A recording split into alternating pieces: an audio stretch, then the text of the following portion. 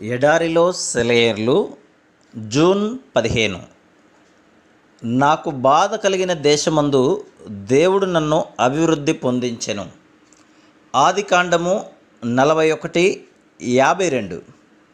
బయట వర్షం కురుస్తోంది. ఒక కవి కిటికీ దగ్గర నిలబడి బయటికి చూస్తున్నాడు. వర్షపు చినుకులు కుండపోతగా పడుతూ భూమి మీద దరువులు వేస్తున్నాయి. అయితే కవి కంటికి కనిపించే వాన చినుకుల కంటే మరిన్నెన్నో ఊహలు అతని మనసులో మెదులుతున్నాయి. తడిసిన నేలలో నుండి పుట్టుకొచ్చే వేల కొద్దీ పూలని, అవి వికసించి ఆ ప్రదేశాన్నంతటినీ రంగులతోనూ సువాసనతోనూ నింపడం అతను చూస్తున్నాడు. అతని పెదవులపై ఓ పాట ఉదయించింది. నాకైతే ఈ వాన మామూలు వాన కాదు. పూలవానే పడుతున్న ప్రతి చినుకులో, కమ్ముతున్న ప్రతి మబ్బులో కొండల్ని కప్పే పూల పయ్యొద్దనే చూశాను. దారగా పడుతున్న గులాబీలని చూశాను.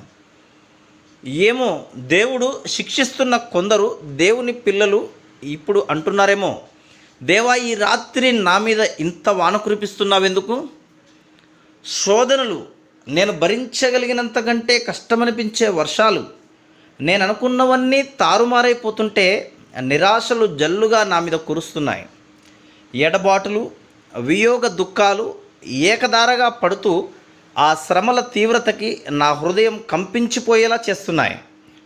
బాధల వాన చినుకులు నా ఆత్మపై చాలా జోరుగా కురుస్తున్నాయి. దేవుని బిడ్డ, నువ్వంటున్నది పొరపాటు. నీ మీద పడేది మామూలు వాన కాదు, ఆశీర్వాదాల వానే ఇది. నువ్వు కేవలం నీ పరమతండ్రి మాటని నమ్మితే నిన్ను బాధించే వర్షమే నీలో ఆత్మీయ పుష్పాలు పూసేలా చేస్తుంది. శిక్ష పొందని ప్రశాంతమైన నీ గత జీవితంలో ఎన్నడూ లేనంత పరిమళము, సౌందర్యము కలిగిన పూలు పూస్తాయి. నీ కంటికి వర్షం కనపడుతోంది, నిజమే. పువ్వులు కనిపించడం లేదా? శోధనల్లో చిక్కుకొని బాధపడుతున్నావు. కానీ ఆ శ్రమలలో నీ జీవితపు తోటలో వికసిస్తున్న విశ్వాస పుష్పాల కోసం దేవుడు చూస్తున్నాడు. బాధలకు జడిసి దూరంగా పారిపోతావు. అయితే బాధలు పడే నీ తోటి వాళ్ళ నిమిత్తం నీ బాధల్లో నీలో పెరిగే ఆ సానుభూతి పుష్పాల కోసం దేవుడు చూస్తున్నాడు.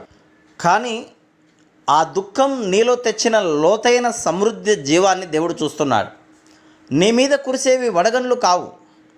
వాత్సల్యం, ప్రేమ, దయ, సహనం, ఇంకా ఆత్మకి సంబంధించిన ధన్యకరమైన వేల కొద్దీ పూలు వానలా కురుస్తున్నాయి.